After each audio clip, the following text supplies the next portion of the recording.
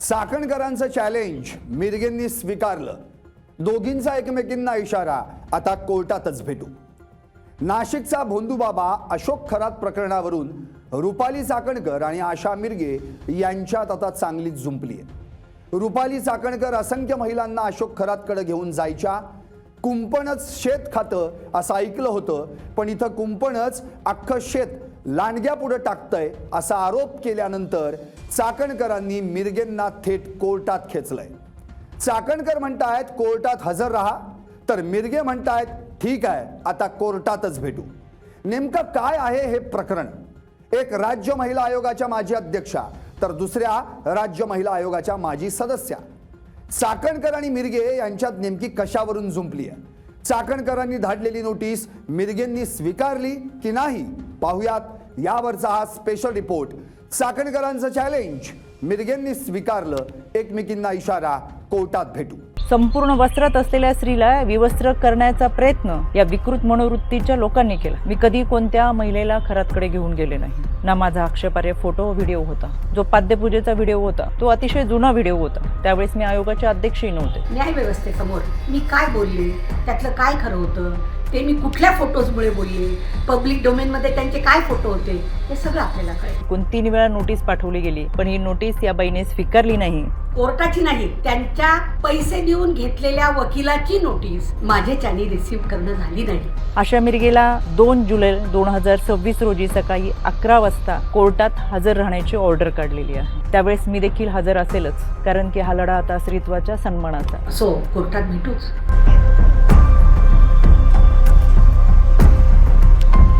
नमस्कार, मी संदीप आणि तुम्ही पाहताय LS मराठी. संपूर्ण वस्त्रात असलेल्या स्त्रीला विवस्त्र करण्याचा प्रयत्न काही विकृत मनोवृत्तीच्या लोकांनी केला. खरातच्या कोणत्याही आर्थिक व्यवहाराशी, जमिनीमधल्या पार्टनरशिपशी माझा दुरान्वये देखील संबंध नसताना तो जोडण्याचा प्रयत्न केला.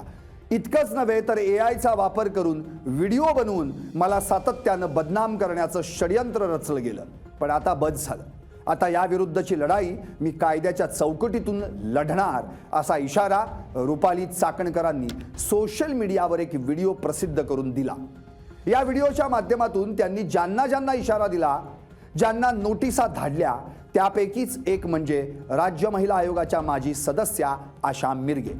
रुपाली चाकणकरांनी या व्हिडिओतून नेमकं काय म्हटलंय सांगतो. चाकणकर म्हणतायत अशोक खरात प्रकरणात माझी भूमिका पहिल्या दिवसापासून ठाम आणि स्पष्ट आहे. खरातच्या कोणत्याही आर्थिक व्यवहाराशी, जमिनीमधल्या पार्टनरशिपशी माझा दुरान्वये देखील संबंध नाही. मी कधीही कोणत्याही महिलेला खरातकडे घेऊन गेलेले नाही ना. माझा आक्षेपार्ह फोटो व्हिडिओ होता. पण तरीसुद्धा गेली 1.5-2 महिने अतिशय अश्लील आणि असभ्य भाषेत विधानं करत कोणताही पुरावा नसताना माझ्यावर, माझ्या कुटुंबावर आरोप केले गेले. इतरांप्रमाणे माझ्या कुटुंबियानं खरातला गुरु मानलं होतं आणि तो पाद्यपूजेचा व्हिडिओ तर अतिशय जुना होता. त्यावेळेस मी आयोगाची अध्यक्ष देखील नव्हते. पण तरीसुद्धा खरात प्रकरणाचा तपास पारदर्शक व्हावा यासाठी मी राज्य महिला आयोगाच्या अध्यक्षपदाचा आणि पक्षाच्या प्रदेशाध्यक्षपदाचा राजीनामा दिला. तरीही ज्या पद्धतीची चिखलफेक झाली, AIचा वापर करून ज्या पद्धतीनं व्हिडिओ बनवले गेले आणि सातत्यानं बदनाम करण्याचं षडयंत्र रचलं गेलं, त्या विरोधातील लढाई मी आता कायद्याच्या चौकटीतून लढणार आहे. या व्हिडिओतून त्यांनी कुणाकुणाला नोटिसा धाडल्या याचीही माहिती दिली.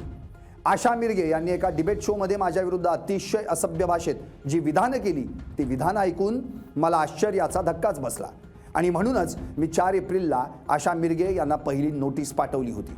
पण कायद्यापासून पळ काढताना स्वतःचा बचाव करण्यासाठी त्यांनी ही नोटीस स्वीकारली नाही. मग पोस्ट ऑफिसच्या माध्यमातून मी 2दा ही नोटीस परत त्यांच्या घरी पाठवली. एकूण 3 वेळा नोटीस पाठवली, पण ही नोटीस काही त्यांनी स्वीकारली नाही. अनक्लेम म्हणून ही नोटीस परत आली आणि म्हणून मला माझगाव कोर्टातून फौजदारी फिर्याद दाखल करावी लागली. आता न्यायालयानं याची दखल घेऊन आशा मिरगेंना 2 जुलै रोजी सकाळी 11 वाजता कोर्टात हजर राहण्याची ऑर्डर काढली आहे. त्यावेळेस मी देखील हजर राहणार आहेच. 2 जुलैला सकाळी 11 वाजता आशा मिरगे हजर राहा. मी देखील स्वतः माझगाव कोर्टात असेन असंही चाकणकर म्हणाल्या. आशा मिरगेंप्रमाणे इतर काही महिलांनी देखील कोणताही पुरावा नसताना माझ्या विरुद्ध अतिशय बेताल विधानं केली. सातत्यानं मला बदनाम करण्याचा प्रयत्न केला, आरोप केले. मात्र कोणताही पुरावा त्या सादर करू शकल्या नाहीत. त्या सगळ्यांना देखील दिल्ली हायकोर्टातून नोटिसा पाठवल्या आहेत. दिल्ली हायकोर्टात सुद्धा मी उपस्थित राहणार आहे. संपूर्ण वस्त्रात असलेल्या स्त्रीला विवस्त्र करण्याचा प्रयत्न या विकृत मनोवृत्तीच्या लोकांनी केलाय. म्हणून या विकृतीच्या विरोधातला हा माझा लढा आहे आणि ही लढाई मी निश्चितपणानं लढेन, असं स्पष्टीकरण त्यांनी या व्हिडिओतून दिलं. सोशल मीडियावर व्हायरल झालेल्या व्हिडिओवर आशा मिरगे यांनी देखील आपली प्रतिक्रिया देत, ठीक आहे मग आता कोर्टातच भेटू, असा इशारा चाकणकरांना दिलाय. काय म्हटलंय आशा मिरगे यांनी सांगतो. रुपाली चाकणकर यांचा सोशल मीडियावरचा व्हिडिओ पाहिला, त्या मला सॉफ्ट टार्गेट समजत आहेत, पण तशी मी नाहीये. चाकणकर म्हणतायत की आशा मिरगेंनी नोटीस घेतली नाही. चाकणकर ताई, एका वकिलाची नोटीस न घेतल्यानं कायद्यापासून माझा बचाव होईल हा माझा गैरसमज अजिबात नाही. खरं कारण काय तर अकोल्यात उष्णता जास्त आहे. मी 65 वर्षांची आहे. उन्हामुळे अकोल्यात नव्हते म्हणून कोर्टाची नाही तर पैसे देऊन घेतलेल्या वकिलाची नोटीस रिसीव्ह करू शकले नाही. चाकणकर यांनी हा व्हिडिओ कंट्रोल वातावरणात स्वतःच्या घरात केला. जर हाच व्हिडिओ त्यांनी पत्रकार परिषदेतून मांडला असता तर आनंद झाला असता, असा टोलाही त्यांनी लगावला. आता राहिली गोष्ट कोर्टाच्या नोटिशीची, तर ती कालच कोर्टातून निघाली आहे, अजून घरी आलेली नाही, पण मी ती नक्की घेणार. मी खरंच त्यांना धन्यवाद देते की त्यांनी हे प्रकरण न्याय व्यवस्थेसमोर आणलं. माझा न्याय व्यवस्थेवर विश्वास आहे. मी काय बोलले, कशामुळे बोलले, पब्लिक डोमेनमधले फोटो काय होते, हे सगळं आता कोर्टात कळेल. चाकणकर म्हणतात की न्याय चांगला लागावा म्हणून मी राजीनामा दिला, पण सर्व महाराष्ट्रानं पाहिलंय त्यांनी राजीनामा दिला नाही तर उपमुख्यमंत्री सुनेत्रा पवार यांनी पक्षाच्या प्रदेशाध्यक्षपदाचा राजीनामा मागितला. असो, कोर्टात भेटूच, असं म्हणत मिरगे यांनी देखील चाकणकरांचं चॅलेंज स्वीकारलं. एकूणच काय तर रुपाली चाकणकरांनी आशा मिरगे यांच्यावर बदनामी केल्याचा आरोप करत त्यांना कोर्टात खेचलाय. माझगाव कोर्टात 2 जुलै रोजी सकाळी 11 वाजता कोर्टानं मिरगे यांना हजर राहण्याचा आदेश दिलाय. दोघेही त्या दिवशी आमने सामने येणार आहेत. आता कोण खरं आणि कोण खोटं याचा निकाल कोर्टच लावणार. तुम्हाला काय वाटतं?